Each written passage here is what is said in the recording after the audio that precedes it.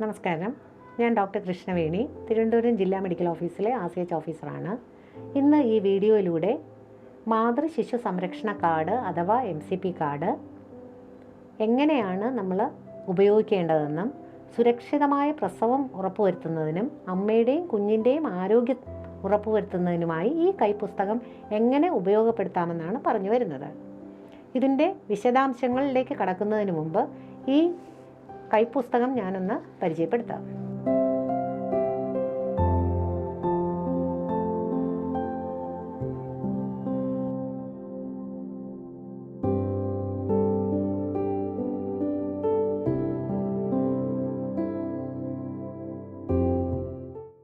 ഓരോ ഗർഭിണിയുടെ ജീവിതത്തിലും അവരുടെ ഈ അവിസ്മരണീയമായ ഗർഭകാലത്തിൽ അവരനുചരിക്കേണ്ട കാര്യങ്ങളെ പ്രതിപാദിക്കുന്ന ഒരു കൈപ്പുസ്തകമാണിത്. ഇതിൻ്റെ പ്രാധാന്യം എന്ന് പറയുന്നത് ഇതൊരു ആധികാരികമായ ഹെൽത്ത് റെക്കോർഡാണ്. അപ്പോൾ ഇത് ഓരോ ഗർഭിണിയും സൂക്ഷിക്കുകയും തുടർന്നുള്ള പ്രസവങ്ങൾ അടുത്ത രണ്ടാമത്തെയോ മൂന്നാമത്തെയോ പ്രസവത്തിന് നിങ്ങൾ പോകുമ്പോൾ മുൻ പ്രസവത്തിൽ എന്താണ് സംഭവിച്ചതെന്ന് വ്യക്തമായിട്ട് അറിയാൻ വേണ്ടിയിട്ടുള്ള ഒരു ആധികാരികമായിട്ടുള്ള ഒരു രേഖയാണ്. അതാണ് ഇതിൻ്റെ ഏറ്റവും വലിയ പ്രാധാന്യം എന്നുള്ളത്. ഇപ്പോൾ നമ്മൾ ആരോഗ്യവകുപ്പ് പറഞ്ഞിരിക്കുന്നതെന്ന് പറഞ്ഞാൽ ഒരു ഗർഭിണി ഗർഭം രജിസ്റ്റർ ചെയ്യുന്ന സമയത്ത് തന്നെ നിങ്ങൾക്ക് ഈ കൈപ്പുസ്തകം സേവനദാതാക്കളായ JPHന്മാർ, ജൂനിയർ പബ്ലിക് ഹെൽത്ത് നഴ്സ്, ഇത് നിങ്ങളുടെ കയ്യിൽ തരിക എന്നുള്ളതാണ്. അപ്പോൾ ഓരോ ഗർഭിണിയുടെയും ഒരു അവകാശം പോലെയാണ് നിങ്ങൾ ഈ MCP കാർഡിനെ കാണേണ്ടത്. ഞാൻ നേരത്തെ പറഞ്ഞതുപോലെ ഒരു കൈപ്പുസ്തകമാണ്, 45ഓളം പേജുകൾ ഉൾപ്പെടുന്ന ഒരു കൈപ്പുസ്തകമാണ്. ഇതിൻ്റെ രണ്ടാമത്തെ പേജിൽ നമ്മൾ കുറച്ച് ആനുകൂല്യങ്ങൾ, ഒരു ഗർഭിണിക്ക് ലഭിക്കേണ്ട ആനുകൂല്യങ്ങളെക്കുറിച്ചിട്ടാണ് പറഞ്ഞിട്ടുള്ളത്. ഒന്ന് JSY എന്ന് പറയുന്ന ആനുകൂല്യം, ജനനി സുരക്ഷാ യോജന എന്ന് പറയുന്ന ആനുകൂല്യം. നമുക്കറിയാം, കേരളത്തിൽ പ്രസവിക്കുന്ന എല്ലാ ഗർഭിണികൾക്കും പ്രസവം കഴിഞ്ഞാൽ ഉടനെ തന്നെ അവരുടെ ബാങ്ക് അക്കൗണ്ടിലോട്ട് ലഭ്യമാക്കുന്ന ഒരു തുകയാണ് ഈ JSY. അർബൻ മേഖലയിലാണെങ്കിൽ 600 രൂപയും റൂറൽ മേഖലയിൽ 700 രൂപയും ഓരോ പ്രസവത്തിന് ശേഷവും സ്ത്രീയുടെ അക്കൗണ്ടിലേക്ക് ലഭിക്കുന്നു. ഇതാണ് JSY പദ്ധതി. ഇനി അടുത്ത പദ്ധതി എന്ന് പറയുന്നത് JSSK, ജനനി ശിശു സുരക്ഷാ കാര്യക്രം. ഈ പദ്ധതി കൊണ്ട് നമ്മൾ ഉദ്ദേശിക്കുന്നത് എല്ലാ പ്രസവവും അമ്മയ്ക്കും കുഞ്ഞിനും, 1 വയസ്സ് വരെയുള്ള കുഞ്ഞിനും എല്ലാ പരിചരണവും ചികിത്സയും മറ്റ് സംവിധാനങ്ങളും ഒരു പൈസ പോലും ചെലവില്ലാതെ സൗജന്യമായി നൽകുക എന്നുള്ളതാണ്. അപ്പോൾ അമ്മയെ സംബന്ധിച്ച് പറയുകയാണെങ്കിൽ സുഖപ്രസവമായാലും സിസേറിയൻ ആയാലും സൗജന്യമാണ്. ഗർഭകാലത്ത് മുഴുവൻ നടക്കുന്ന പരിശോധനകളും അൾട്രാസൗണ്ട് സ്കാൻ ഉൾപ്പെടെയുള്ള പരിശോധനകളും ബ്ലഡ് ട്രാൻസ്ഫ്യൂഷൻ വേണമെങ്കിൽ അതും എല്ലാം സൗജന്യമാണ്. സൗജന്യമായിട്ടുള്ള വാഹനം ലഭ്യമാക്കണം. ഗർഭിണി ആശുപത്രിയിലേക്ക് എത്തുന്നതിനും വീട്ടിലെത്തിക്കുന്നതിനും വേണ്ടിയുള്ള വാഹന സൗകര്യം ഉണ്ടാകണം. ഇങ്ങനെയുള്ള എല്ലാ തരത്തിലും ഔട്ട് ഓഫ് പോക്കറ്റ് എക്സ്പെൻഡിച്ചർ കുറയ്ക്കുക എന്നുള്ളതാണ് ഇതിൻ്റെ ഉദ്ദേശം. അതുപോലെ ജനിക്കുന്ന കുഞ്ഞ് ജനിച്ചു കഴിഞ്ഞാൽ 1 വയസ്സ് വരെയുള്ള കുഞ്ഞിൻ്റെ ചികിത്സയ്ക്ക് വേണ്ടിയുള്ള എന്തെങ്കിലും കോംപ്ലിക്കേഷൻസ് വരികയാണെങ്കിൽ അത് ഡീൽ ചെയ്യാൻ വേണ്ടിയിട്ടുള്ള കാര്യങ്ങൾ, അത് കുഞ്ഞിൻ്റെ മരുന്നുകൾ, ഡയഗ്നോസ്റ്റിക്സ് എല്ലാം നമ്മൾ ഈ JSSK പദ്ധതി വഴി സൗജന്യമായി നൽകി വരുന്നു. ഇനി ഒരു പദ്ധതി ഉള്ളത് പ്രധാനമന്ത്രി മാതൃത്വ വന്ദന യോജന എന്ന് പറഞ്ഞൊരു പദ്ധതിയുണ്ട്. അത് ICDS ഡിപ്പാർട്ട്മെൻറ്റ് വഴിയാണ് അത് ലഭ്യമാക്കുന്നത്. അതൊരു പ്രസവം കഴിഞ്ഞാൽ ഒരു സ്ത്രീക്ക് 5000 രൂപയാണ് ഈ പദ്ധതി വഴി ധനസഹായമായി ലഭിക്കുന്നത്. ഈ 5000 രൂപ പല ഘട്ടങ്ങളിലായാണ് കിട്ടുന്നത്. അപ്പോൾ ആദ്യം ഒരു ഗർഭിണിയാണെന്ന് കണ്ടാൽ നിങ്ങളെ 12 ആഴ്ചകൾക്കുള്ളിൽ, അതായത് 3 മാസത്തിനുള്ളിൽ തന്നെ ഗർഭിണിയെ രജിസ്റ്റർ ചെയ്യണം. അപ്പോൾ ആ ഗർഭിണിയെ രജിസ്റ്റർ ചെയ്താൽ ആദ്യത്തെ 1000 രൂപ നിങ്ങൾക്ക് ലഭിക്കുന്നതായിരിക്കും. രണ്ടാമത് ഈ ഗർഭിണി ഗർഭകാലത്തിനിടയിൽ 1ഓ 2ഓ പ്രാവശ്യമെങ്കിലും നമ്മുടെ ആൻറ്റിനേറ്റൽ കെയർ, അതായത് ഗർഭകാലത്തുള്ള പരിചരണം ലഭിച്ചിരിക്കണം. അങ്ങനെയാണെങ്കിൽ രണ്ടാമത്തെ ഗഡുവായ 2000 രൂപ ലഭിക്കുന്നതായിരിക്കും. മൂന്നാമത്തെ ഗഡു ലഭിക്കണമെങ്കിൽ കുഞ്ഞിനെ പ്രസവിച്ച് കഴിഞ്ഞ് 45 ദിവസം പ്രായമുള്ള കുഞ്ഞിന് വാക്സിനേഷൻസ് എല്ലാം നൽകി കഴിയുമ്പോൾ അടുത്ത 2000 രൂപ കിട്ടും. അങ്ങനെ 5000 രൂപയാണ് നിങ്ങൾക്ക് ഈ പദ്ധതി വഴി, പ്രധാനമന്ത്രി മാതൃത്വ വന്ദന യോജന വഴി ലഭിക്കുന്നത്. അപ്പോൾ ഇനി അടുത്ത പേജിൽ, മൂന്നാമത്തെ പേജിൽ പ്രധാനമായിട്ടും ഇതിലുള്ളത് ഒരു ഗർഭിണിയെ സംബന്ധിച്ചിട്ടുള്ള ഏറ്റവും ആധികാരികമായ റെക്കോർഡുകളാണ്, അല്ലെങ്കിൽ രേഖകളാണ്. അതിൽ അടിസ്ഥാന വിവരങ്ങളാണ് നിങ്ങൾ നൽകേണ്ടത്. ഈ വിവരങ്ങൾ നൽകുമ്പോൾ തീർച്ചയായിട്ടും ഏറ്റവും കറക്റ്റായിട്ടുള്ള വിവരങ്ങൾ, അതായത് ഫോൺ നമ്പർ ആയാലും അഡ്രസ്സ് ആയാലും കറക്റ്റായിട്ട് തന്നെ നിങ്ങൾ കൊടുക്കാനായിട്ട് ശ്രദ്ധിക്കുക. അപ്പോൾ അതിൽ ഗർഭിണിയുടെ പേരുണ്ടാകും, ഭർത്താവിൻ്റെ പേര്, മേൽവിലാസം, കൃത്യമായ മേൽവിലാസം, നിങ്ങൾ എവിടെയാണ് താമസിക്കുന്നത്. അപ്പോൾ ഈ മേൽവിലാസത്തിന് അതിൻ്റേതായ പ്രാധാന്യമുണ്ട്. നിങ്ങൾ ഏത് സ്ഥലത്താണ് താമസിക്കുന്നത് അവിടെ വെച്ചിട്ടാണ് നിങ്ങളുടെ JPHന്മാരുടെ സർവീസ്, ആശമാരുടെ സർവീസ് ഒക്കെ കിട്ടുന്നത് നമ്മൾ എവിടെയാണോ താമസിക്കുന്നതെന്നനുസരിച്ചിട്ടാണ്. അപ്പോൾ അതുകൊണ്ട് കൃത്യമായ മേൽവിലാസം നൽകാനായിട്ട് ശ്രദ്ധിക്കുക. പിന്നെ അതിനുശേഷം നിങ്ങൾ കൊടുക്കേണ്ടത് ഇത് എത്രാമത്തെ പ്രസവമാണ് പ്രസവമാണെന്നുള്ളതാണ്. ആദ്യത്തെയാണോ രണ്ടാമത്തെയാണോ എന്നുള്ള വിവരങ്ങൾ കൊടുക്കുക. പിന്നെ നിങ്ങളുടെ അവസാന ആർത്തവത്തിൻ്റെ തീയതി, എന്നാണോ പ്രസവിക്കാൻ ഉദ്ദേശിക്കുന്ന EDC, LMP, EDC എന്ന് പറയുന്ന 2 രേഖകൾ ഉണ്ടാവും. ഇതൊക്കെ ശരിക്കും പറഞ്ഞാൽ JPHN, അതായത് ജൂനിയർ പബ്ലിക് ഹെൽത്ത് നേഴ്സാണ് ഈ പേജ് മൊത്തം നിങ്ങളുടെ ഗർഭിണിയുടെ കയ്യിൽ നിന്ന് വിവരം എടുത്തിട്ട് ഇതിൽ റെക്കോർഡ് ചെയ്യേണ്ടത് JPHN ആണ്. അപ്പോൾ അതിൽ വളരെ പ്രധാനപ്പെട്ട കാര്യങ്ങൾ, ഈ അടിസ്ഥാന വിവരങ്ങൾ കറക്റ്റായിട്ട് എഴുതുക എന്നുള്ളത് വളരെ ഇമ്പോർട്ടൻ്റ് ആണ്. ഇനി അടുത്ത് ഞാൻ പറയുന്നതെന്ന് പറഞ്ഞാൽ ഇതിന് ഹൈ റിസ്ക് പ്രഗ്നൻസി ആണോ അല്ലയോ എന്നുള്ളത്.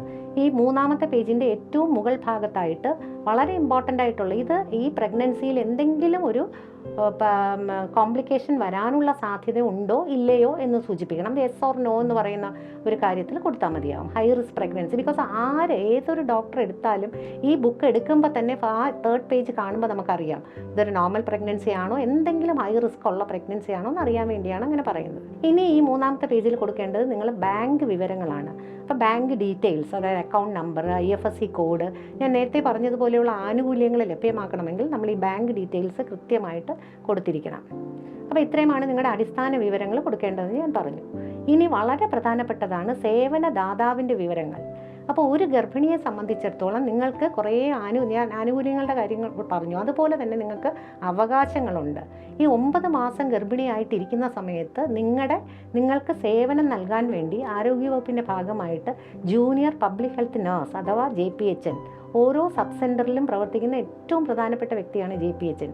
അപ്പോൾ JPHN ഉണ്ടാവും, ആശമാരുണ്ടാവും, അംഗൻവാടി വർക്കേഴ്സ് ഉണ്ടാവും. അപ്പോൾ ഈ 9 മാസ കാലയളവിൽ ഈ 3 ആൾക്കാരുടെയും, ഇത് 3 പേര് നിങ്ങളെ സംബന്ധിച്ച് സേവനദാതാക്കളാണ്.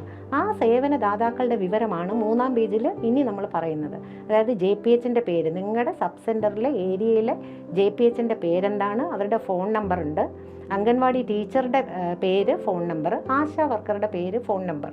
എന്തിനാണെന്ന് വെച്ചാൽ നിങ്ങൾക്ക് ഒരു ബുദ്ധിമുട്ടുണ്ടായാൽ അപ്പം തന്നെ കോൺടാക്ട് ചെയ്യാനായിട്ട് ആദ്യത്തെ ഫസ്റ്റ് പോയിന്റ് ഓഫ് കോൺടാക്ട് എന്ന് പറയുന്നത് ഇവർ 3 പേരിൽ ആരെങ്കിലും ആയിരിക്കും. അപ്പോൾ തീർച്ചയായിട്ടും ഇത് വളരെ കൃത്യമായിട്ട് എഴുതി, നിങ്ങളുടെ അവകാശമാണ്. അപ്പോൾ നിങ്ങൾ തീർച്ചയായിട്ടും ആ സബ് സെൻറ്ററിലെ JPHN ആരാണ്, ആ JPHN ശരിക്കും പറഞ്ഞാൽ ഗൃഹസന്ദർശനം നടത്താൻ ബാധ്യത ഉള്ള ആളാണ് JPHN. അപ്പോൾ കൃത്യമായിട്ട് ഈ വിവരങ്ങൾ കൊടുത്താൽ മാത്രമേ നിങ്ങൾക്ക് സിസ്റ്ററെ ഞാൻ കണ്ടില്ലല്ലോ, എന്താ വരാത്തതെന്ന് പറഞ്ഞിട്ട് നിങ്ങൾക്ക് അങ്ങോട്ട് തന്നെ ചോദിക്കാനായിട്ട് സാധിക്കും. അപ്പോൾ ആ വിവരങ്ങൾ തീർച്ചയായിട്ടും സേവനദാതാവിൻ്റെ വിവരങ്ങൾ കൊടുക്കുക. പിന്നെ നമ്മൾ പ്രധാനമായിട്ടും ഇവിടെ പറയേണ്ടത് JPHN കൃത്യമായി ചോദിക്കേണ്ട ഒരു വിവരം, ഏത് ആശുപത്രിയാണ് നിങ്ങൾ പ്രസവത്തിനായി തിരഞ്ഞെടുത്തിട്ടുള്ളതെന്നാണ്. അപ്പോൾ അവിടുത്തെ ഗൈനക്കോളജിസ്റ്റിൻ്റെ പേര്, ഹോസ്പിറ്റലിൻ്റെ പേര്, അവിടെ എത്താൻ വേണ്ടിയുള്ള വാഹന സൗകര്യം, ആംബുലൻസ് ആണോ അറേഞ്ച് ചെയ്തിരിക്കുന്നത് അല്ലെങ്കിൽ സ്വന്തം വാഹനമാണോ, അപ്പോൾ ആ ഡ്രൈവറുടെ നമ്പർ വേണമെങ്കിൽ നമുക്ക് അവിടെ കൊടുക്കാം. അപ്പോൾ ഏത് ആശുപത്രിയാണ് തിരഞ്ഞെടുത്തതെന്നുള്ളത് കൊടുക്കുക. പിന്നെ ഇമ്പോർട്ടൻ്റ് ആയിട്ടുള്ള ഒരു കാര്യം കൂടെയുണ്ട്, കമ്പാനിയൻഷിപ്പ്. അതായത് ഇപ്പോൾ നമ്മുടെ പ്രസവത്തിൻ്റെ കൂടെ നിങ്ങൾക്ക് താല്പര്യമുള്ള ഒരാളെ നമുക്ക് പ്രസവത്തിൻ്റെ കൂടെ സഹായിയായിട്ട് നിർത്താം. അത് സ്ത്രീകളായിരിക്കണം. നമ്മുടെ ഭർത്താക്കന്മാരെയൊന്നും നമ്മൾ മറ്റു രാജ്യങ്ങളിലെ പോലെ നമ്മൾ ഭർത്താക്കന്മാരെ നിർത്തി തുടങ്ങിയിട്ടില്ല. അപ്പോൾ സ്ത്രീകളെ ഒരു കമ്പാനിയനായിട്ട് നിങ്ങൾക്ക് വയ്ക്കുക. അപ്പോൾ അവരുടെ പേരും കൂടെ ആ പേജിൽ നിങ്ങൾ ഉൾപ്പെടുത്താനായിട്ട് ശ്രദ്ധിക്കുക. ഇത്രയും വിവരങ്ങൾ കൊടുത്തു കഴിയുമ്പോൾ നിങ്ങളുടെ JPHൻ്റെ ഉത്തരവാദിത്വം എന്ന് പറയുന്നത് നിങ്ങളെ ഇത് ഒരു ഗർഭിണിയായിട്ട് രജിസ്റ്റർ ചെയ്യുക എന്നുള്ളതാണ്. ആ JPHN ചെയ്യേണ്ടത്, എന്നാണോ നിങ്ങളുടെ മാസക്കുളി തെറ്റി യൂറിൻ പ്രഗ്നൻസി ടെസ്റ്റ് പോസിറ്റീവ് ആകുന്നത് അപ്പോൾ തന്നെ ഇത് രജിസ്റ്റർ ചെയ്യുക എന്നുള്ളതാണ്. എന്നിട്ട് വളരെ പ്രധാനപ്പെട്ട RCH ID, ഒരു യുണീക്കായിട്ടുള്ള ഒരു ID നമ്പറാണ് ഇത്. JPHN തന്നെ ഈ 3-ാമത്തെ പേജിൽ RCH ID എഴുതുക. ഇത് വളരെ ഇമ്പോർട്ടൻ്റ് ആണ്. എല്ലാ ഗർഭിണികളെയും ആദ്യത്തെ 3 മാസത്തിനുള്ളിൽ തന്നെ 100% ഗർഭിണിയെയും രജിസ്റ്റർ ചെയ്ത് RCH ID കൊടുക്കുക എന്നുള്ളത് വളരെ പ്രധാനപ്പെട്ട കാര്യമാണ്. ഇനി ഞാൻ പറയാൻ പോകുന്നത് 4-5 പേജുകളിൽ പ്രതിപാദിക്കുന്ന കാര്യങ്ങളാണ്. ഇവിടെയാണ് ഞാൻ പറഞ്ഞത്, ഈ പേജുകളിൽ പറയുന്നത് ശരിക്കും പറഞ്ഞാൽ ഗൃഹസന്ദർശനമാണ്. JPHN നിങ്ങളുടെ വീട്ടിൽ വന്ന് കാണുന്നു. ഇല്ലെങ്കിൽ നിങ്ങളുടെ ഈ ഗർഭിണിക്ക് തൊട്ടടുത്തുള്ള സബ് സെൻറ്ററിൽ എല്ലാ ചൊവ്വാഴ്ച ദിവസങ്ങളിലുമാണ് സബ് സെൻറ്ററിൽ നമ്മൾ ആൻറ്റിനേറ്റൽ ക്ലിനിക്ക് വെച്ചിട്ടുള്ളത്. ഗർഭിണികൾക്ക് വേണ്ടി മാത്രം വെച്ചിരിക്കുന്ന ക്ലിനിക്കാണ് ആൻറ്റിനേറ്റൽ ക്ലിനിക്ക്. അപ്പോൾ തീർച്ചയായിട്ടും നിങ്ങൾക്ക് അങ്ങോട്ട് പോയിട്ട് നമ്മുടെ JPHN അവിടെ ഉണ്ടാവും. അപ്പോൾ അവിടെ പോയിട്ട് പരിശോധനകൾ നടത്താം. ഇല്ലെങ്കിൽ PHCയിൽ പോയിട്ട്, PHCയിലും ചൊവ്വാഴ്ച ദിവസങ്ങളിലാണ് ആൻറ്റിനേറ്റൽ ക്ലിനിക്ക് നടത്തുന്നത്. അപ്പോൾ ഒന്നുകിൽ JPHൻ്റെ ഗൃഹസന്ദർശനം, അല്ലെങ്കിൽ സബ് സെൻറ്ററിൽ പോവുക, അല്ലെങ്കിൽ PHCയിൽ പോവുക. എന്നിട്ട് കൃത്യമായ ഇടവേളകളിൽ നിങ്ങളിത് കൃത്യമായി ചെയ്തിരിക്കണം. അതായത് ആദ്യം ആദ്യത്തെ 3 മാസം 0 to 12 വീക്സ് എന്ന് പറയുന്നതാണ് ആദ്യത്തെ 3 മാസം. അവിടെ കൃത്യമായി നിങ്ങൾ ഒരു സന്ദർശനം, JPHN ഒരു സന്ദർശനം അങ്ങോട്ടോ അല്ലെങ്കിൽ ഗർഭിണി നമ്മുടെ ക്ലിനിക്കിൽ വന്നോ ഒരു സന്ദർശനം നടത്തിയിരിക്കണം. അടുത്ത സന്ദർശനം എന്ന് പറയുന്നത് 13 ആഴ്ചകൾ മുതൽ 26 ആഴ്ചകളുടെ ഇടയിലാണ്. അടുത്തത് 27 ആഴ്ച മുതൽ 34 ആഴ്ചകളിൽ ഒരു വിസിറ്റ് ഉണ്ടാവണം. പിന്നെ 35നും 40 ആഴ്ചകൾക്കും ഇടയിൽ, അതായത് അവസാനത്തെ ട്രൈമസ്റ്റർ. അപ്പം മിനിമം 4 ആൻറ്റിനേറ്റൽ വിസിറ്റ് ഗർഭകാലത്തിൽ നിങ്ങളുടെ അവകാശമാണ്. ഇത്രയും പരിചരണം നിങ്ങൾ ഒന്നുകിൽ, അപ്പോൾ ഇത് നിങ്ങൾ കാണിക്കുന്ന ഗൈനക്കോളജിസ്റ്റിന് പുറമെയാണ് നമ്മൾ ഈ പറയുന്ന, ഇത് ഫീൽഡ് തലത്തിലുള്ള സേവനങ്ങളെ പറ്റിയാണ് നമ്മൾ പറയുന്നത്. നിങ്ങൾ ഇനി ഗൈനക്കോളജിസ്റ്റിനെ കാണാൻ പോകുന്നത് ഇത് പ്രത്യേകമായിട്ടാണ്. ഇത് പക്ഷേ കൃത്യമായിട്ട് നടന്നിട്ടുണ്ടാവണം. അപ്പോൾ ഇതിൽ നമ്മൾ പറയുന്നതിൽ പ്രധാനമായിട്ടും ഓരോ ഗർഭിണിയും അറിഞ്ഞിരിക്കേണ്ട കുറച്ച് അപകട സൂചനകൾ, അല്ലെങ്കിൽ കുറച്ച് ഹൈ റിസ്ക് ആയിട്ട് വരുന്ന കാര്യങ്ങളുണ്ട്. കാലിൽ നീരുണ്ടോ, മുഖത്ത് നീര് വരുന്നുണ്ടോ, അല്ലെങ്കിൽ രക്തത്തിൽ പഞ്ചസാരയുടെ അളവ് കൂടുതലാണോ, അങ്ങനെയുള്ള കാര്യങ്ങൾ നിങ്ങൾ കൃത്യമായിട്ടൊന്ന് ഫോളോ അപ്പ് ചെയ്യേണ്ടത് ഇമ്പോർട്ടൻ്റ് ആണ്. പിന്നെ ആദ്യത്തെ 3 മാസത്തിനുള്ളിൽ JPHന്മാർ ഉറപ്പ് വരുത്തേണ്ടത് നിങ്ങൾക്ക് ഫസ്റ്റ് ഡോസ് TD വാക്സിൻ, ഇപ്പോൾ നമ്മൾ TD വാക്സിനാണ് എടുക്കുന്നത്, അതുകൊണ്ട് ഫസ്റ്റ് ഡോസ് TD എടുത്തിട്ടുണ്ടോ എന്നുള്ള കാര്യം ഉറപ്പ് വരുത്തുക. ആദ്യത്തെ 3 മാസം ഫോളിക് ആസിഡ് ഗുളികകൾ, അയൺ ഇല്ല, ഫോളിക് ആസിഡ് മാത്രം ചേർന്നിട്ടുള്ള ഗുളികകൾ ആദ്യത്തെ 3 മാസം നിർബന്ധമായിട്ടും JPHN വഴി നിങ്ങൾക്ക് ലഭ്യമാക്കേണ്ടതാണ്. അപ്പോൾ അത് കിട്ടിയിട്ടുണ്ടോ എന്നുള്ള കാര്യം ഉറപ്പ് വരുത്തുക.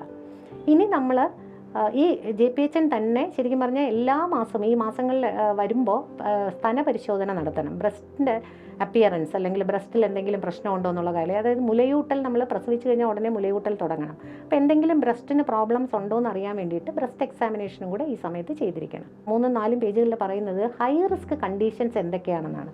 ഇത് നമ്മൾ വ്യക്തമായിട്ട് മനസ്സിലാക്കണം. ഗർഭിണിയെ അറിഞ്ഞിരിക്കണം, ഗർഭിണിയുടെ കൂടെയുള്ള വീട്ടിലുള്ള മറ്റ് ബന്ധുക്കൾ അറിഞ്ഞിരിക്കണം. JPHN കൃത്യമായിട്ട് ഈ വിവരങ്ങൾ ധരിപ്പിച്ചിരിക്കുകയും വേണം. എന്തൊക്കെയാണ് നമ്മുടെ ഹൈ റിസ്ക് പ്രഗ്നൻസിയിൽ വരുന്നത്? ഒന്നെന്ന് പറയുന്നത് നമ്മുടെ രക്തസമ്മർദ്ദം, ഹൈപ്പർ ടെൻഷൻ, BP കൂടുതലായിട്ട് എപ്പോഴെങ്കിലും കാണുകയാണെങ്കിൽ അതൊരു ഹൈ റിസ്ക് ഫാക്ടറാണ്. ഡയബറ്റിസ്, നമുക്കറിയാം ഗർഭകാലത്തും നമുക്ക് രക്തത്തിൽ പഞ്ചസാരയുടെ അളവ് കൂടിയിരിക്കാം. അപ്പോൾ ഡയബറ്റിസ് എന്ന് പറയുന്ന വേറൊരു ഹൈ റിസ്ക് ആണ്. അനീമിയ, വിളർച്ച രോഗം, നമുക്കിപ്പോൾ വിവാ പ്രോഗ്രാമൊക്കെ ഉണ്ട്, അതിൽ നമ്മൾ വിളർച്ചയാണ് കണ്ടെത്തുന്നത്. അപ്പോൾ വിളർച്ച ഒരു ഹൈ റിസ്ക് ആണ്.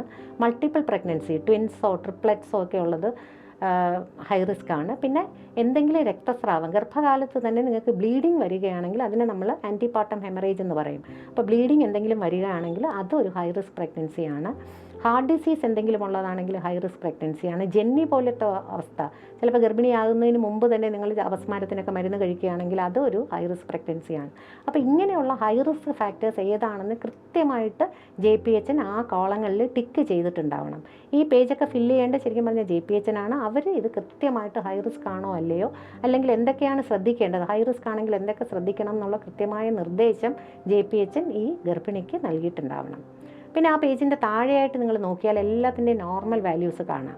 പ്രഷറിൻ്റെ നോർമൽ വാല്യൂ എത്രയാണ്, ഷുഗറിൻ്റെ നോർമൽ വാല്യൂ എത്രയാണ് വരേണ്ടത്, ഹീമോഗ്ലോബിൻ്റെ നോർമൽ വാല്യൂ എത്രയാണ്, ഇത് നിങ്ങൾ കൃത്യമായിട്ട് അറിഞ്ഞിരിക്കണം. നമ്മുടെ കേരളത്തിലെ എല്ലാവരും ശരിക്കും പറഞ്ഞാൽ വിദ്യാസമ്പന്നരായിട്ടുള്ള സ്ത്രീകളാണ്. അപ്പോൾ നിങ്ങൾക്ക് എല്ലാവർക്കും വായിച്ച് നോക്കാവുന്നതേ ഉള്ളൂ. എൻ്റെ നോർമൽ വാല്യൂ ഇത്രയാണ്, എനിക്ക് എത്രയുണ്ട്, അപ്പോൾ അതിലെന്തെങ്കിലും വ്യത്യാസം ഉണ്ടോ എന്നുള്ള കാര്യം നിങ്ങൾക്ക് തീർച്ചയായിട്ടും ശ്രദ്ധിക്കാവുന്നതേ ഉള്ളൂ. ഇനി ഈ ആദ്യത്തെ 3 മാസം കഴിഞ്ഞാൽ ഉടനെ തന്നെ നമ്മൾ 4-ാം മാസം മുതൽ അയണും കാൽഷ്യം ഗുളികകളും, അയൺ ഫോളിക് ആസിഡ് IFA എന്ന് പറയുന്ന ഗുളികയും കാൽഷ്യം ഗുളികകളും കൃത്യമായിട്ട് നിങ്ങൾക്ക് കിട്ടുന്നുണ്ടോ, അത് പൂർണ്ണമായിട്ടും തരേണ്ട ഉത്തരവാദിത്തം JPHൻ്റെ കൈകളിലാണ്. അപ്പോൾ JPHN കൃത്യമായിട്ട് ഈ ഓരോ മാസവും ഇവർക്ക് ഈ ഗുളിക കൃത്യമായിട്ട് നൽകിയിട്ടുണ്ടാവണം. ഇനി 6-ാമത്തെ പേജ് വളരെ പ്രധാനപ്പെട്ട പേജാണ്. ഇത് ഗർഭിണി അറിഞ്ഞിരിക്കേണ്ട അല്ലെങ്കിൽ വായിച്ചിരിക്കേണ്ട ഒരു പേജാണ് 6-ാമത്തെ പേജ് എന്ന് പറയുന്നത്. അപ്പോൾ അതിലാണ് നിങ്ങൾക്ക് ഒരുപാട് ചോദ്യങ്ങളും സംശയങ്ങളും ഉണ്ടാവും അല്ലേ ഒരു ഗർഭിണിയായിരിക്കുമ്പോൾ. അപ്പോൾ അതിൽ ഗർഭകാല പരിചരണം, അതായത് എന്തൊക്കെ ഭക്ഷണമാണ് ഞാൻ കഴിക്കേണ്ടത്, എന്തൊക്കെ ആഹാരം ഞാൻ ഭക്ഷണത്തിൽ ഉൾപ്പെടുത്തണം, എന്തൊക്കെ വ്യായാമം ചെയ്യാം, അങ്ങനെയുള്ള ഭക്ഷണക്രമവും വ്യായാമവും പ്രതിപാദിക്കുന്ന പേജാണ് 6-ാമത്തെ പേജ് എന്ന് പറയുന്നത്. അത് ഗർഭിണികൾ എല്ലാവരും തന്നെ വായിച്ചിരിക്കണം, നിർബന്ധമായും വായിച്ചിട്ടുണ്ടാവണം. ഈ 6-ാമത്തെ പേജിൽ തന്നെ കുറച്ചും കൂടെ അപകട സൂചനകൾ പറയുന്നുണ്ട്. അതും എല്ലാവരും കൃത്യമായിട്ട് ഗർഭിണികൾ തന്നെ ഒന്ന് വായിച്ചിരിക്കുക. അതായത് നിങ്ങൾക്ക് വെയിറ്റ് കൂടുന്നില്ല എന്നുണ്ടെങ്കിൽ അല്ലേ, നമുക്ക് സാധാരണ ഒരു ഗർഭകാലത്ത് 8 മുതൽ 10 കിലോ വരെ വെയിറ്റ് നമുക്ക് കൂടി വരാം. അത്രത്തോളം വെയിറ്റ് കൂടുന്നില്ല എന്നുണ്ടെങ്കിൽ, അല്ലെങ്കിൽ നേരത്തെ ഞാൻ പറഞ്ഞതുപോലെ പ്രഷർ കൂടുതലായിട്ട് കാണുന്നു, മൂത്രത്തിനകത്ത് ആൽബുമിൻ കാണുന്നു. അപ്പോൾ ഞാൻ നേരത്തെ പറഞ്ഞ ഈ ഗർഭകാല പരിചരണത്തിൻ്റെ കൂടെ രക്തപരിശോധനകൾ ചെയ്യും, അതിൻ്റെ കൂടെ കൃത്യമായിട്ട് എല്ലാ മാസവും യൂറിൻ ആൽബുമിൻ നമ്മൾ നോക്കണം. അപ്പോൾ യൂറിൻ ആൽബുമിൻ കൂടുന്നുണ്ടോ എന്നുള്ളത് നോക്കുക. വിളർച്ചയുണ്ടോ എന്നുള്ളതൊരു അപകട സൂചനയാണ്. കാലിലെ നീര് അപകട സൂചനയാണ്. ജന്നി, രക്തസ്രാവം, പിന്നെ അനക്കക്കുറവ്, അതായത് ഒരു 4-5 മാസം 6 മാസമൊക്കെ ആകുമ്പോൾ നമുക്ക് അനക്കം അറിഞ്ഞു തുടങ്ങും കുഞ്ഞിൻ്റെ. അപ്പോൾ കുഞ്ഞിൻ്റെ അനക്കത്തിന് എന്തെങ്കിലും പെട്ടെന്നൊരു പൊടുന്നനെ ഒരു കുറവ് വ്യത്യാസം അനുഭവപ്പെടുക, അല്ലെങ്കിൽ മാസം തികഞ്ഞ ഏകദേശം ഡേറ്റ് അടുത്തു അതിനുശേഷം ഡേറ്റ് കഴിഞ്ഞിട്ടും ലേബർ പെയിൻസ്, അതായത് പ്രസവ വേദന വരുന്നില്ല, ഇങ്ങനെയുള്ള അപകട സൂചനകളെയാണ് 6ാമത്തെ പേജിൽ ലിസ്റ്റ് ചെയ്തിരിക്കുന്നത്. അത് തീർച്ചയായിട്ടും എല്ലാ ഗർഭിണികളും പൂർണ്ണമായിട്ടും അറിഞ്ഞിരിക്കണം. ഭക്ഷണക്രമം നിങ്ങൾക്ക് തീർച്ചയായിട്ടും വായിച്ച് നോക്കാവുന്നതേ ഉള്ളൂ, അതുകൊണ്ട് ഞാൻ കൂടുതൽ അതിനെക്കുറിച്ച് വിശദമായിട്ട് പറയുന്നില്ല. പിന്നെ നമ്മുടെ 6ാമത്തെ പേജിൻ്റെ താഴെയുള്ളത് എന്തുകൊണ്ടാണ് സാധാരണ പ്രസവത്തിൻ്റെ മെച്ചങ്ങൾ, ഇത് ഓരോ ഗർഭിണിയും അറിയണം. ഇപ്പോൾ അറിയാം, നമുക്ക് പല ഗർഭിണികളും ഇപ്പോൾ എനിക്ക് സിസേറിയൻ മതി എന്ന് പറഞ്ഞ് വരുന്ന ഒരു പ്രവണത കാണാറുണ്ട്. അപ്പോൾ എന്തൊക്കെയാണ് നോർമൽ ഡെലിവറിയുടെ ഗുണങ്ങളെന്ന് വളരെ കൃത്യമായിട്ട് അക്കമിട്ട് 3-4 കണ്ടീഷൻസ് പറയുന്നുണ്ട്. അപ്പോൾ എല്ലാവരും അത് ഗർഭിണികൾ അറിഞ്ഞിരിക്കണം. സിസേറിയൻ എന്ന് പറയുന്ന ഇത് ഡോക്ടർ എടുക്കേണ്ട തീരുമാനമാണ്. എന്തെങ്കിലും ഒരു കോംപ്ലിക്കേഷൻസ് തോന്നുകയാണ്, ഈ ഗർഭിണിക്ക് നോർമൽ ഡെലിവറി നടക്കില്ല എന്നുണ്ടെങ്കിൽ ഡോക്ടർ തീരുമാനിക്കുന്നതാണ് സിസേറിയൻ, അല്ലാതെ നിങ്ങൾ ആവശ്യപ്പെടേണ്ട ഒരു കാര്യമല്ല. അപ്പോൾ നോർമൽ ഡെലിവറിയുടെ മെച്ചങ്ങൾ എന്തൊക്കെയാണെന്ന് സൂചിപ്പിക്കുന്നതാണ് ആ പേജിൽ 6ാമത്തെ പേജിൽ താഴെയുള്ളത്. ഇനി നമ്മുടെ അടുത്ത പേജിലോട്ട് പോകാം. 7ാമത്തെ പേജ്. ഇത് മെഡിക്കൽ ഓഫീസർ തന്നെയാണ് ഫില്ല് ചെയ്യേണ്ടത്. കൺസേൺഡ് PHC CHCയിലുള്ള മെഡിക്കൽ ഓഫീസർ കൃത്യമായി ഈ ഗർഭിണിയെ കാണുകയും അവരുടെ എക്സാമിനേഷൻ നടത്തുക. അപ്പോൾ അതിൽ പ്രധാനപ്പെട്ടത് weight, height, blood pressure, pulse rate, respiratory rate, അങ്ങനെയുള്ള പ്രാഥമികമായിട്ടുള്ള കാര്യങ്ങൾ അതിനകത്ത് റെക്കോർഡ് ചെയ്യുക. അതിനുശേഷം അവരുടെ ഹിസ്റ്ററി വളരെ ഇമ്പോർട്ടൻ്റ് ആണ്. നേരത്തെ എന്തൊക്കെ അസുഖങ്ങൾ വന്നിട്ടുണ്ട്, എന്തൊക്കെ സർജറി വല്ലതും നടന്നിട്ടുണ്ടോ, നേരത്തെ ഉള്ള പ്രസവത്തിന് എന്തെങ്കിലും കോംപ്ലിക്കേഷൻസ് ഉണ്ടോ, അങ്ങനെയുള്ള പാസ്റ്റ് ഹിസ്റ്ററിയും പ്രീവിയസ് ഒബ്സ്റ്റട്രിക് ഹിസ്റ്ററി, പഴയ ഗർഭകാലത്തിലുള്ള പ്രത്യേകതകൾ എന്തെങ്കിലും ഉണ്ടെങ്കിൽ അങ്ങനെയുള്ള ഡീറ്റെയിൽസ് ഫില്ല് ചെയ്യേണ്ട കോളമാണ് പേജ് 7 എന്ന് പറയുന്നത്. അതിനുശേഷം ഡോക്ടർ തന്നെ ഒരു ക്ലിനിക്കൽ എക്സാമിനേഷൻ നടത്തുക. അപ്പോൾ അവർക്ക് ഹാർട്ട് ബീറ്റ് നോക്കണം, cardiovascular system, respiratory system, neurological system, അങ്ങനെ എല്ലാ സിസ്റ്റത്തിനും എന്തെങ്കിലും പ്രശ്നമുണ്ടോ എന്നുള്ള കാര്യം എക്സാമിൻ ചെയ്തിട്ട് ക്ലിനിക്കൽ എക്സാമിനേഷൻ്റെ ഫൈൻഡിങ്സ് 7ാമത്തെ പേജിൽ കൺസേൺഡ് മെഡിക്കൽ ഓഫീസർ റെക്കോർഡ് ചെയ്യേണ്ടത് വളരെ ഇമ്പോർട്ടൻ്റ് ആണ്. ഇനി ഇതിൻ്റെ കൂടെ നമ്മൾ 9ാമത്തെ പേജിൻ്റെ താഴെ ഭാഗത്ത് എല്ലാ ബ്ലഡ് ഇൻവെസ്റ്റിഗേഷൻസും, അപ്പോൾ നമുക്കറിയാം ഗർഭകാലത്ത് നമ്മൾ ഓരോ മാസങ്ങളിലും ചെയ്യേണ്ട ഇൻവെസ്റ്റിഗേഷൻസ് ഉണ്ട്. രക്തപരിശോധനയുണ്ട്, യൂറിൻ പരിശോധനയുണ്ട്, അൾട്രാസൗണ്ട് സ്കാനിങ് റിപ്പോർട്ടുണ്ട്. വളരെ പ്രധാനപ്പെട്ടതാണ് നമ്മളെ സംബന്ധിച്ച്, ഒരു ഗർഭിണിയെ സംബന്ധിച്ച് അൾട്രാസൗണ്ട് സ്കാനിങ് എന്ന് പറഞ്ഞാൽ വളരെ ഇമ്പോർട്ടൻ്റ് ആണ്. അപ്പോൾ അൾട്രാസൗണ്ട് സ്കാനിങ് നമ്മൾ ഗർഭിണിയാണെന്ന് അറിഞ്ഞാൽ ഉടനെ ഒരു 4 ആഴ്ച 5 ആഴ്ചയൊക്കെ ആകുമ്പോൾ തന്നെ നമ്മൾ ഏർലി സ്കാൻ, ആദ്യത്തെ ഒരു സ്കാൻ നമ്മൾ ഉടനെ എടുക്കും. അതിനുശേഷം നമ്മളൊരു NT സ്കാൻ എന്ന് പറഞ്ഞ് 10 to 11 വീക്സ് ആകുമ്പോൾ ഒരു NT സ്കാൻ എടുക്കും. പിന്നെ ഒരു അനോമലി സ്കാൻ എടുക്കും 18 to 20 വീക്സിൽ അനോമലി സ്കാൻ, പിന്നെ ഒരു ടേം സ്കാൻ, അങ്ങനെയുള്ള വിവിധ തലങ്ങളിലായിട്ട് നമ്മൾ അൾട്രാസൗണ്ട് സ്കാൻസ് എടുക്കും. അതിൻ്റെ എല്ലാ റിപ്പോർട്ടും 7ാം പേജിൽ നമുക്ക് റിപ്പോർട്ട് രേഖപ്പെടുത്താവുന്ന സ്ഥലമുണ്ട്. അവിടെ കൃത്യമായി മെഡിക്കൽ ഓഫീസർ ഈ രേഖകളൊക്കെ എൻട്രി ചെയ്തിട്ടുണ്ടാവണം. അപ്പോൾ ഈ ബുക്ക് ഇടയ്ക്കിടയ്ക്ക് ഗർഭിണി വായിച്ച് നോക്കുക. ബിക്കോസ് എൻ്റെ ബുക്ക് അപ്ഡേറ്റഡ് ആണോ, ഇത്രയും കാര്യങ്ങൾ ഇതിനകത്ത് വന്നിട്ടുണ്ടോ എന്നുള്ളത് നിങ്ങൾ ഉറപ്പുവരുത്തുക. ഇല്ലെങ്കിൽ കൺസേൺഡ് ഡോക്ടറെ കാണുമ്പോൾ നിങ്ങൾക്ക് പറയാം, JPHൻ്റെ അടുത്ത് നിങ്ങൾക്ക് സംസാരിക്കാം. ഇനി നമ്മൾ അടുത്ത 10ാമത്തെ പേജിലോട്ട് പോവുകയാണ്. ഇതിൽ ശരിക്കും പറഞ്ഞാൽ JPHN, ജൂനിയർ പബ്ലിക് ഹെൽത്ത് നഴ്സും ആശാ വർക്കറും പൂർണ്ണമായും അറിഞ്ഞിരിക്കേണ്ടതും ഗർഭിണിയെയും ഗർഭിണിയുടെ വീട്ടിലുള്ള മറ്റ് ബന്ധുക്കളെയും ധരിപ്പിക്കേണ്ട വളരെ പ്രധാനപ്പെട്ട കുറച്ച് കാര്യങ്ങളാണ് ഈ 10ാമത്തെ പേജിൽ പറഞ്ഞിരിക്കുന്നത്. എന്തൊക്കെയാണെന്ന് നമുക്ക് നോക്കാം. അത് ഏറ്റവും പ്രധാനമായിട്ടുള്ള, ഞാൻ നേരത്തെ പറഞ്ഞതുപോലെയുള്ള അപകട സൂചനകളാണ്. ഗർഭിണിയെ എപ്പോഴാണ് ഇത്രയും ലക്ഷണങ്ങൾ കണ്ടാൽ നമ്മൾ ഉടനെ ഹോസ്പിറ്റലിൽ എത്തിക്കേണ്ടതെന്ന് പറയുന്നത്. ഒന്ന്, രക്തസ്രാവം. രക്തസ്രാവം 2 തരത്തിലാവും. ഒന്ന്, ഗർഭിണി ആയിരിക്കുന്ന സമയത്ത് എന്തെങ്കിലും ബ്ലീഡിങ് വരികയാണെങ്കിൽ, അല്ലെങ്കിൽ ഡെലിവറി കഴിഞ്ഞിട്ടുള്ള ബ്ലീഡിങ്, അതിന് പോസ്റ്റ്മോർട്ടം ഹെമറേജ് എന്ന് പറയും. അപ്പോൾ ഡെലിവറി കഴിഞ്ഞിട്ട് 1 ആഴ്ചയോ 2 ആഴ്ചയോ 6 ആഴ്ചക്കകത്ത് എപ്പോൾ ബ്ലീഡിങ് വന്നാലും നമ്മൾ ഉടനെ തന്നെ അവരെ ആശുപത്രിയിൽ എത്തിക്കണം. അപ്പോൾ രക്തസ്രാവം എന്ന് പറയുന്ന ഒരു പ്രധാനപ്പെട്ട കണ്ടീഷനാണ്. രണ്ടാമത്തെ, സിവിയർ അനീമിയ, വിളർച്ച, നല്ല രീതിയിലുള്ള വിളർച്ച. ഹീമോഗ്ലോബിൻ 12 ആണ്, മോർ ദാൻ 12 ആണ് നമ്മൾ നോർമലായിട്ട് ഒരു ഗർഭിണിക്ക് വെച്ചിരിക്കുന്നത്. അപ്പോൾ 7ൽ താഴെ ഹീമോഗ്ലോബിൻ വരികയാണെങ്കിൽ അതിനെ സിവിയർ അനീമിയ എന്നാണ് പറയുന്നത്. അപ്പോൾ അനീമിയ ഉള്ളവർക്ക് ചിലപ്പോൾ ശ്വാസം മുട്ടലോ മറ്റ് ബുദ്ധിമുട്ടുകളൊക്കെ വരാം, അതൊരു ഹൈ റിസ്ക് ആണ്. പിന്നെ പനി, ഗർഭിണി ആയിരിക്കുന്ന സമയത്ത് പനി വന്നാലും ഗർഭിണി പ്രസവം കഴിഞ്ഞിട്ട് 6 ആഴ്ചയ്ക്കുള്ളിൽ പനി വന്നാലും ദാറ്റ് ഇസ് എ കോംപ്ലിക്കേഷൻ, അല്ലെങ്കിൽ അതൊരു എമർജൻസി ആയിട്ട് ഹോസ്പിറ്റലിൽ കാണിക്കേണ്ട ഒരു കാര്യമാണ്. അപ്പോൾ അതുണ്ടോ എന്നുള്ള കാര്യം നോക്കുക. പിന്നെ നേരത്തെ പറഞ്ഞതുപോലെ രക്തസമ്മർദ്ദം, ഗർഭിണി ആയിരിക്കുന്ന സമയത്ത് രക്തസമ്മർദ്ദം വന്നാലും പ്രസവത്തിന് ശേഷം 6 ആഴ്ചയ്ക്കുള്ളിൽ BP എപ്പോഴെങ്കിലും കൂടിയാലും, അല്ലെങ്കിൽ മുഖത്ത് നീര്, കാലിൽ നീര്, യൂറിൻ ആൽബുമിൻ, ഇത്രയും ലക്ഷണങ്ങൾ കണ്ടാലും, പിന്നെ ഇതിൻ്റെ കൂടെ ചില അപകട സൂചനകളായിട്ട് തലവേദന, കാഴ്ചക്കുറവ്, വയറുവേദന അങ്ങനെയുള്ള ലക്ഷണങ്ങൾ വന്നാലും ഒരു ഇംപെൻഡിങ് എക്ലാംസിയ അല്ലെങ്കിൽ ജന്നി വരാൻ BP കൂടിക്കഴിഞ്ഞാൽ നമ്മൾ എപ്പോഴും പേടിക്കുന്നത് ജന്നി വരുമോ എന്നുള്ളതാണ്. അപ്പോൾ ഒരു ഇംപെൻഡിങ് എക്ലാംസിയയുടെ ലക്ഷണങ്ങളാണ് ഈ പറഞ്ഞ തലവേദന, കാഴ്ച മങ്ങൽ ഒക്കെ അതിൻ്റെ ലക്ഷണങ്ങളാണ്. അപ്പോൾ അതും ഒരു അപകട സൂചനയാണ്. പിന്നെ ഡിക്രീസ്ഡ് ഫീറ്റൽ മൂവ്മെൻറ്റ്സ്, കുഞ്ഞിൻ്റെ അനക്കക്കുറവ്, നേരത്തെ നമ്മൾ പറഞ്ഞതുപോലെ അനക്കക്കുറവ് വരിക ആണെങ്കിൽ that is A high risk അല്ലെങ്കിൽ ഒരു ഡേഞ്ചർ സൈനാണ്. പിന്നെ നമ്മുടെ മാസം തികയാതെ തന്നെ ചിലപ്പോൾ ചില ആൾക്കാർക്ക് പ്രീ ടേം ഡെലിവറി നടക്കാനുള്ള സാധ്യതയുണ്ട്. അങ്ങനെയാണെങ്കിൽ പ്രസവവേദന ഇല്ലാതെ തന്നെ പെട്ടെന്ന് വെള്ളം പൊട്ടിപ്പോകും. അതിനാണ് നമ്മൾ പ്രിമച്വർ റപ്ചർ ഓഫ് മെംബ്രെയിൻ എന്ന് പറയുന്നത്. അപ്പോൾ ഈ പറഞ്ഞ 6 കണ്ടീഷൻസും ഇങ്ങനെയുള്ള എന്തെങ്കിലും ലക്ഷണങ്ങൾ ഗർഭിണിക്ക് വീട്ടിൽ വെച്ച് വരികയാണെങ്കിൽ തൊട്ടുള്ള ഗർഭിണിയെയും കൂടെയുള്ള ആൾക്കാരെയും JPHനും ആശമാരും കൃത്യമായി പഠിപ്പിച്ചിരിക്കണം. ഈ ഉള്ള കണ്ടീഷനിൽ എത്രയും പെട്ടെന്ന് തന്നെ അവരെ ഹോസ്പിറ്റലിൽ എത്തിക്കാൻ വേണ്ടിയുള്ള സംവിധാനം ഉണ്ടാകണം. ഇനി 10ാം പേജിൻ്റെ ഏറ്റവും താഴെ ഉള്ളത് നമ്മുടെ രക്തഗ്രൂപ്പിൻ്റെ RH ഇൻകമ്പാറ്റബിലിറ്റി അല്ലെങ്കിൽ ABO ബ്ലഡ് ഗ്രൂപ്പുകളുടെ ഇൻകമ്പാറ്റബിലിറ്റി ഉണ്ടെങ്കിൽ, അതായത് ഒരു RH നെഗറ്റീവാണ് മദർ, കുഞ്ഞ് RH പോസിറ്റീവാണ് ആകുകയാണെങ്കിൽ അടുത്ത പ്രസവത്തിന് അടുത്ത കുഞ്ഞിന് പ്രശ്നമൊന്നും വരാതിരിക്കാനായിട്ട് നമുക്ക് ANTI-D എന്ന് പറയുന്നൊരു ഇമ്മ്യൂണോഗ്ലോബുലിൻ എടുക്കേണ്ടതുണ്ട്. അപ്പോൾ RH നെഗറ്റീവ് മദേഴ്സ് എല്ലാം കൃത്യമായിട്ട് അതൊന്ന് ഉറപ്പുവരുത്തണം. അപ്പോൾ 10ാം പേജിൻ്റെ താഴെ നമ്മൾ അതിനെക്കുറിച്ചായിട്ടാണ് പരാമർശിച്ചിട്ടുള്ളത്. ഇനി അടുത്ത നമ്മൾ 11ാം പേജിൽ, ഇപ്പോൾ ഗർഭകാലത്തിൻ്റെ ഏകദേശം പൂർണ്ണമായ കാര്യങ്ങൾ നമ്മൾ ഈ പേജുകളിലൊക്കെ കൃത്യമായി പറഞ്ഞു കഴിഞ്ഞു. അപ്പോൾ ഇത് എല്ലാവർക്കും മനസ്സിലായിട്ടുണ്ടാവും. നോർമൽ ഡെലിവറി നടക്കുന്ന അല്ലെങ്കിൽ നോർമൽ പ്രഗ്നൻസി എന്താണ്, എന്തെങ്കിലും ഒരു ഹൈ റിസ്ക് വരാനുള്ളത് നമുക്കറിയേണ്ടത് ഒരു 15% ഗർഭിണികൾക്കും ഒരു ഹൈ റിസ്ക് അല്ലെങ്കിൽ എന്തെങ്കിലും ഒരു പ്രശ്നം വരാനുള്ള സാധ്യതയുണ്ട്. 15% of the pregnancies will be high risk എന്നുള്ളതാണ്. അപ്പോൾ അതുകൊണ്ടാണ് നമ്മൾ കൃത്യമായിട്ട് ഇങ്ങനെ പറഞ്ഞത്.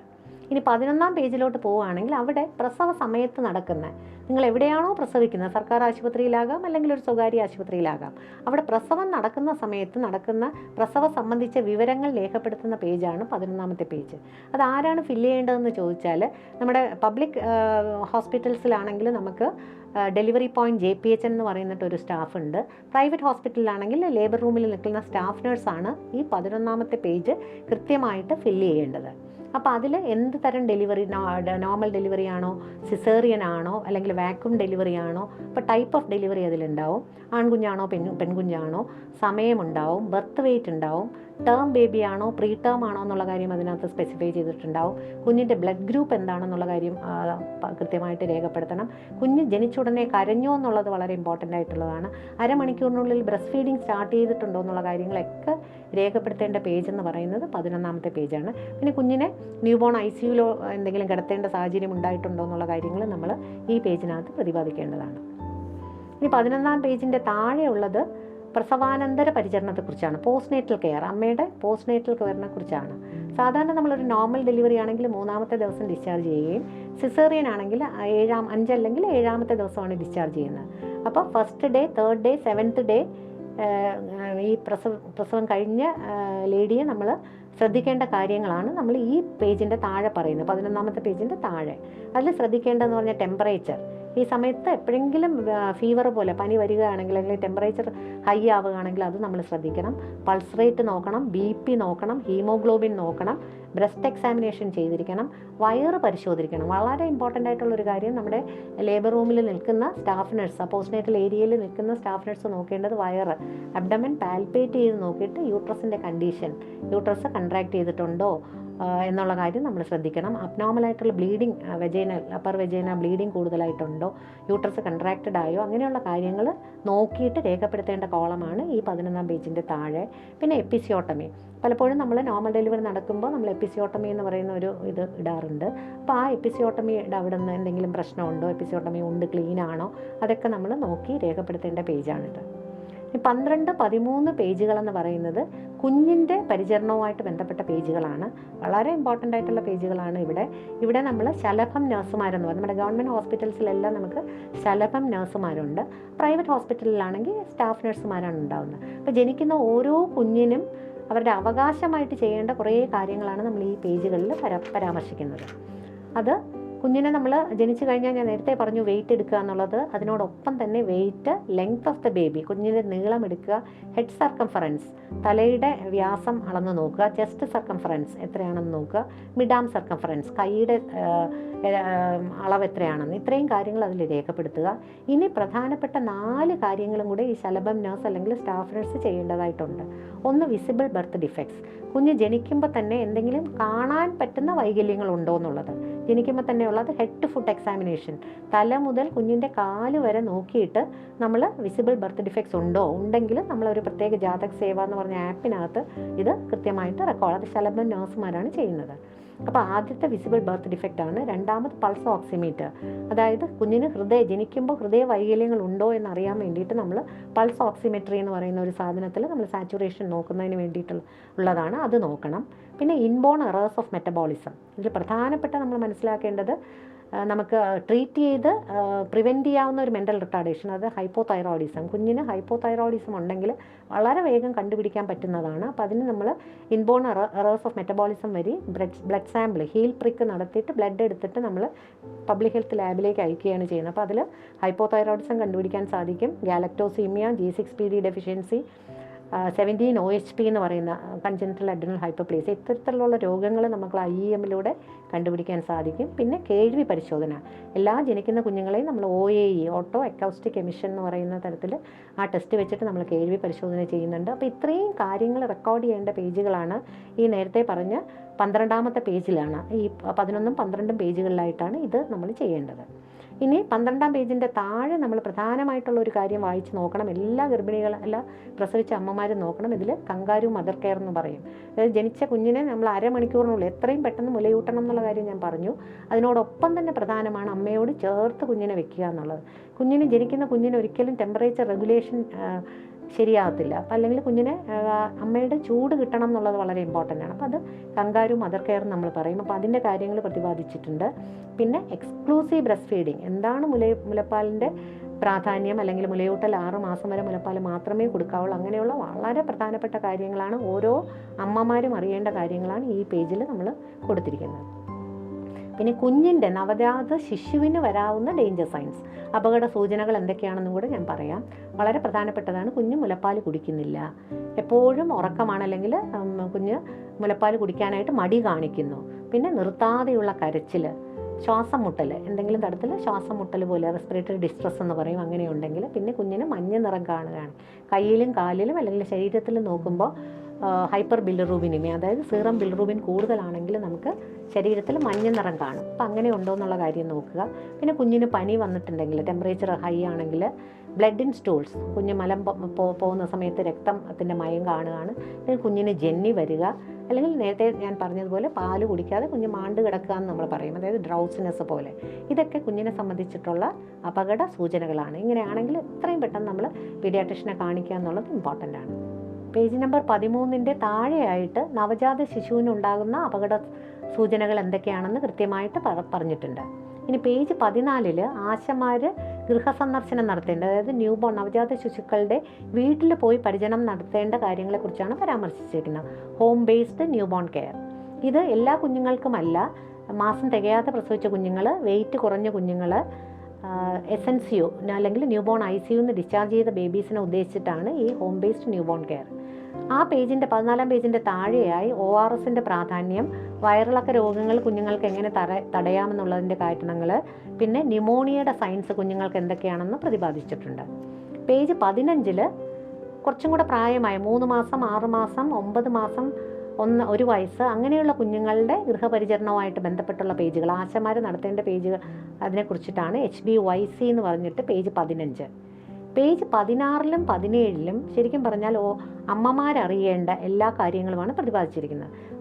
മുലയൂട്ടലിൻ്റെ പ്രാധാന്യം, എത്ര തവണയാണ് മുലയൂട്ടൽ, അങ്ങനെ വിശദമായി പറഞ്ഞിരിക്കുന്നതാണ് പേജ് നമ്പർ 16ലും 17ലുമായിട്ട് പറഞ്ഞിട്ടുണ്ട്. പിന്നെ അടുത്ത പേജ് എന്ന് പറയുന്നത് ഇനി മുതൽ ഏറ്റവും പ്രധാനപ്പെട്ട കുഞ്ഞിൻ്റെ കാര്യം എന്ന് പറയുന്നത് ഡെവലപ്മെൻറ്റ് തന്നെയാണ്. കുഞ്ഞിൻ്റെ ഓരോ വളർച്ച നാഴിക കല്ലുകൾ അത് വളരെ കൃത്യമായിട്ട് പ്രതിപാദിക്കുന്ന പേജുകളാണ് പേജ് നമ്പർ 18 മുതൽ 31 വരെ. ഇത് എല്ലാ അമ്മമാരും കൃത്യമായിട്ട് എന്താണ് ഒരു മന്ത്രം പോലെ പറഞ്ഞ് പഠിക്കേണ്ട, അല്ലെങ്കിൽ ഈ പുസ്തകം കാണാതെ പഠിക്കണം എന്ന് നമ്മൾ പരീക്ഷയ്ക്കൊക്കെ പഠിക്കുന്നത് പോലെ പറയുന്ന തരത്തിൽ കൃത്യമായിട്ട് പഠിക്കേണ്ട ഒരു പേജുകളാണ് 18 മുതൽ 31.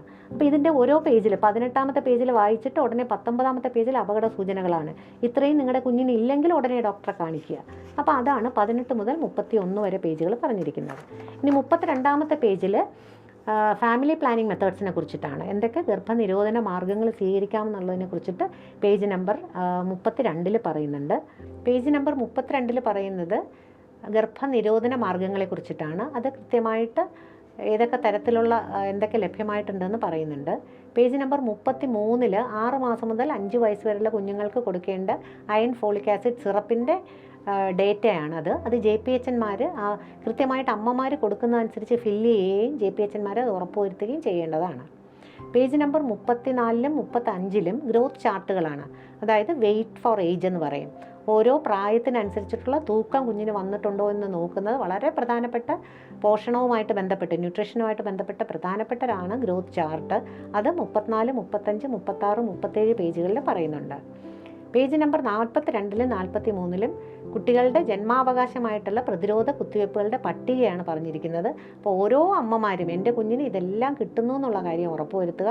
എന്തെങ്കിലും വാക്സിൻസ് വിട്ടുപോയിട്ടുണ്ടെങ്കിൽ അത് പ്രത്യേകമായി JPHN രേഖപ്പെടുത്താനുള്ള കോളംസും അവിടെ ഇട്ടിട്ടുണ്ട്. ഇനി നമ്മുടെ ബുക്കിൻ്റെ അവസാന ഭാഗത്തുള്ള പേജ് നമ്പർ 45ാമത്തെ പേജ് ഒരു കളർ കോഡഡ് പേജാണ്. അവിടെ ഞാൻ നേരത്തെ പറഞ്ഞ പ്രതിരോധ പട്ടിക തന്നെ വളരെ വിശദമായിട്ട് ഒന്നും കൂടെ പറഞ്ഞിട്ടുണ്ട്. ഇത് ഒരു ഭാഗം കീറി ശരിക്കും പറഞ്ഞാൽ നിങ്ങൾക്ക് എന്നാണോ ഇനി അടുത്ത കുത്തിവയ്പ്പിന് വരേണ്ടതെന്ന് പറഞ്ഞിട്ട് JPHN ടിക്ക് ചെയ്ത് തരേണ്ടതാണ് ഇതിൻ്റെ മുകൾ ഭാഗത്തുള്ളത്. രണ്ടാമത്തെ ഭാഗം ഇത് JPHN സൂക്ഷിക്കണം. അതായത് ആശമാരുടെ ഇൻസെൻറ്റീവിന് ആശമാർ എത്ര കുട്ടികളെ കുത്തിവയ്പ്പിന് കൊണ്ടുവന്നു എന്ന് അറിഞ്ഞിട്ട് അവരുടെ ഇൻസെൻറ്റീവ് കൊടുക്കാൻ വേണ്ടി താഴത്തെ ഭാഗം JPHN സൂക്ഷിക്കേണ്ടതുമാണ്.